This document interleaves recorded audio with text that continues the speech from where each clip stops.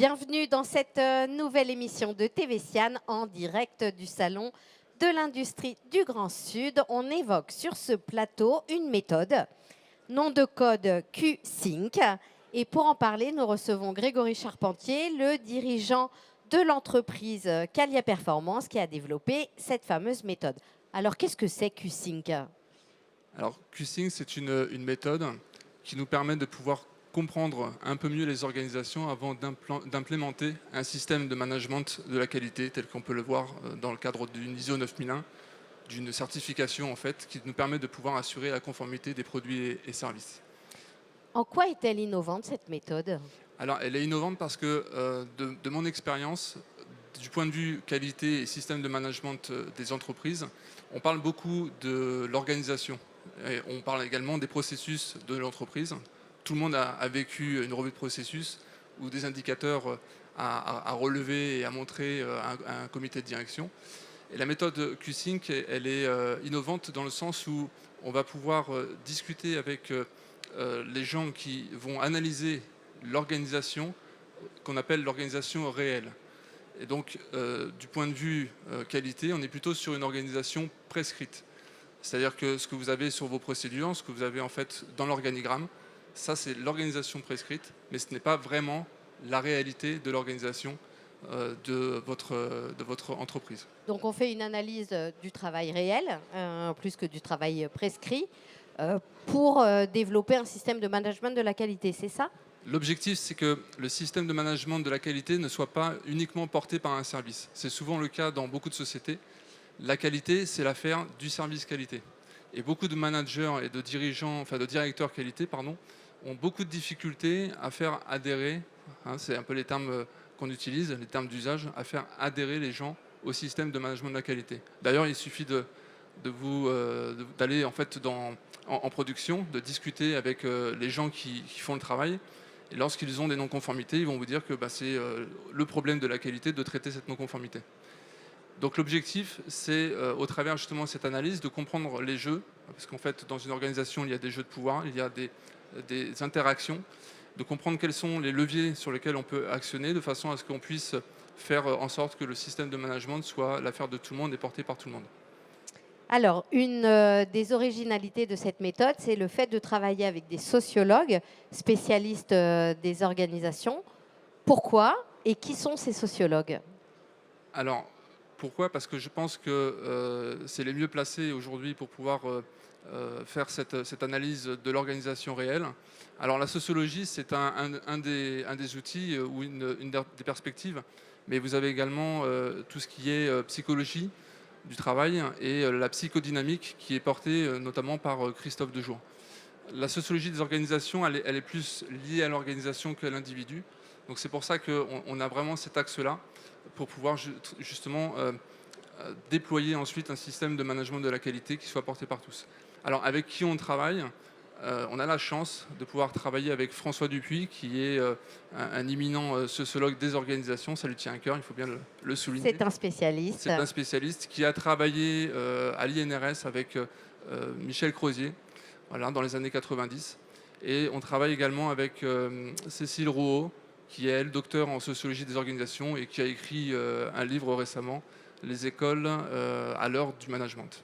Alors justement, cette méthode est-elle née finalement de l'évolution perçue du travail? On est en pleine mutation avec notamment l'arrivée des intelligences artificielles, mais pas que. Est-ce que la méthode est née finalement de ces transformations? Alors, la méthode, elle est née déjà de mon expérience, du fait d'avoir eu des postes de direction qualité et effectivement d'avoir connu cet isolement, cette difficulté à pouvoir faire en sorte que la qualité soit portée par tous. Et finalement, on se rend compte que la qualité, c'est pas uniquement la qualité qui le fait, mais ce sont les gens sur le terrain qui font également la qualité, et d'ailleurs, qui font la qualité, pardon. Et d'ailleurs, les études montrent que les grandes difficultés qu'on rencontre aujourd'hui, c'est pas l'intensification du travail, mais c'est plutôt le fait de faire du travail empêché, de la qualité empêchée, c'est les mots de Yves Clos. Et donc, il dit qu'il faut plutôt favoriser les échanges et favoriser la dispute au travail de façon à ce qu'on puisse avoir cet échange au travers la qualité. Qu'est-ce que la qualité? parce que justement, la qualité, on a tous besoin de faire du travail de qualité. Alors, juste parler bien près du micro, qu'on vous entende bien. Est-ce que vous pourriez nous décrire les étapes de déploiement de cette méthode chez un client? Alors, la première étape, c'est déjà d'analyser le système, ce qu'on appelle la réponse aux exigences, voilà, au travers les procédures, au travers les instructions. On va aller auditer également sur le terrain pour voir un peu comment les gens font le travail. Et puis, en parallèle de ça, on va avoir l'analyse sociologique qui va être lancée, donc par méthode qualitative. On n'est pas sur du quantitatif, surtout pas. L'objectif, c'est de pouvoir récolter la réalité de ce que vivent les gens au quotidien. Et ensuite, une fois que ces deux étapes-là ont été faites parallèlement, on va synchroniser, d'où en fait le nom Q-Sync, Q bien évidemment pour Qualia, Sync pour synchrone.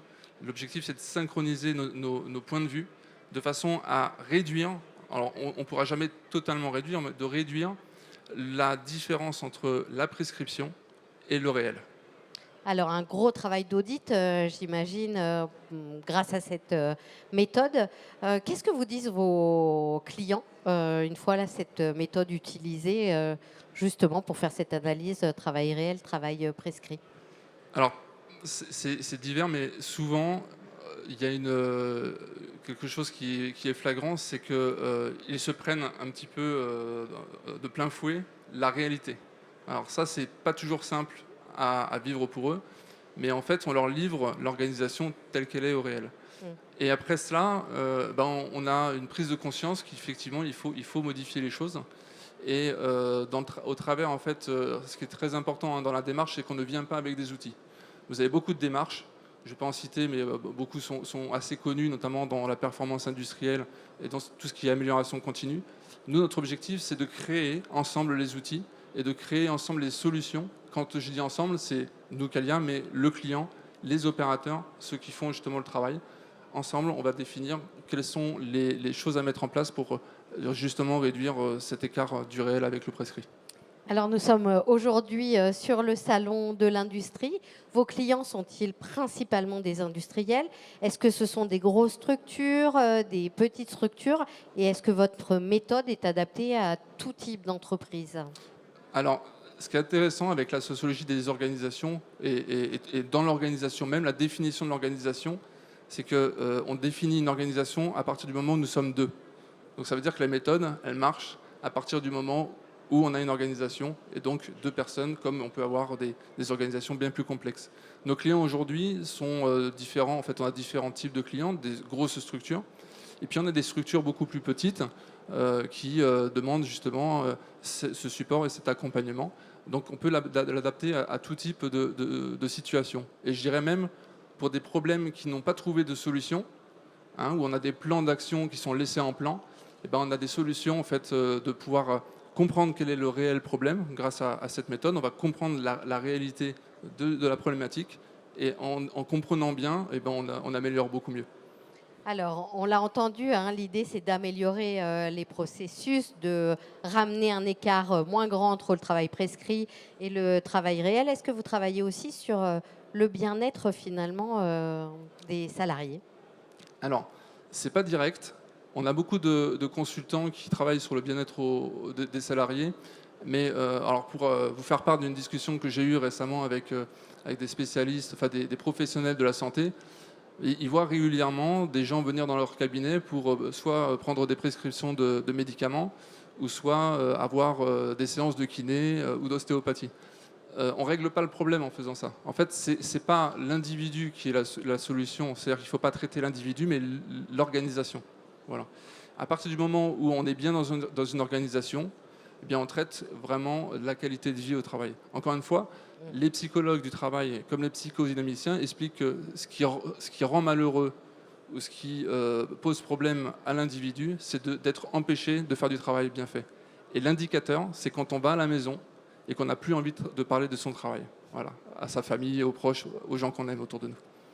Alors, dans votre entreprise Qualia Performance, on dispense aussi des formations. Quel type de formation et pour qui? Alors, on dispense des formations sur tous les volets en fait, de la qualité, de la performance. C'est-à-dire qu'on va de la formation très spécifique, notamment sur la métrologie, Donc des normes comme l'ISO 17025. On a des auditeurs COFRAC, BELAC, UCAS qui sont en fait membres, enfin qui sont des collaborateurs CALIA. Donc ils ont une grande expérience dans le domaine de la métrologie. Donc on dispense ce type de formation. Et puis on va dispenser des formations plus en lien avec des normes comme l'ISO 9001, l'EN 9100 et l'ISO 10012. Et on a la particularité également d'être dans les commissions internationales parce que notre ambition, c'est d'aller changer à la source les façons de faire. Alors, on le disait, on est aujourd'hui sur un salon industriel. Est-ce que vous avez un message à passer aux industriels d'Occitanie? Je ne sais pas si j'ai un message à faire passer, mais en tout cas, si effectivement ils veulent améliorer leur performance, il faut savoir que la performance, elle passe par les individus. C'est les hommes qui constituent l'entreprise qui font la performance des entreprises. Donc si on s'améliore dans ce domaine, si on s'intéresse un peu plus à son organisation réelle, on a plus de chances d'améliorer considérablement et la qualité de vie au travail, comme vous l'avez dit, mais également la satisfaction et des collaborateurs et des clients. Merci Grégory Charpentier d'être venu sur ce plateau. On vous souhaite que de nombreuses entreprises continuent à vous rejoindre sur ces sujets. À suivre à 15 h, la fresque de l'innovation Made in JP. Vous saurez tout dans quelques minutes.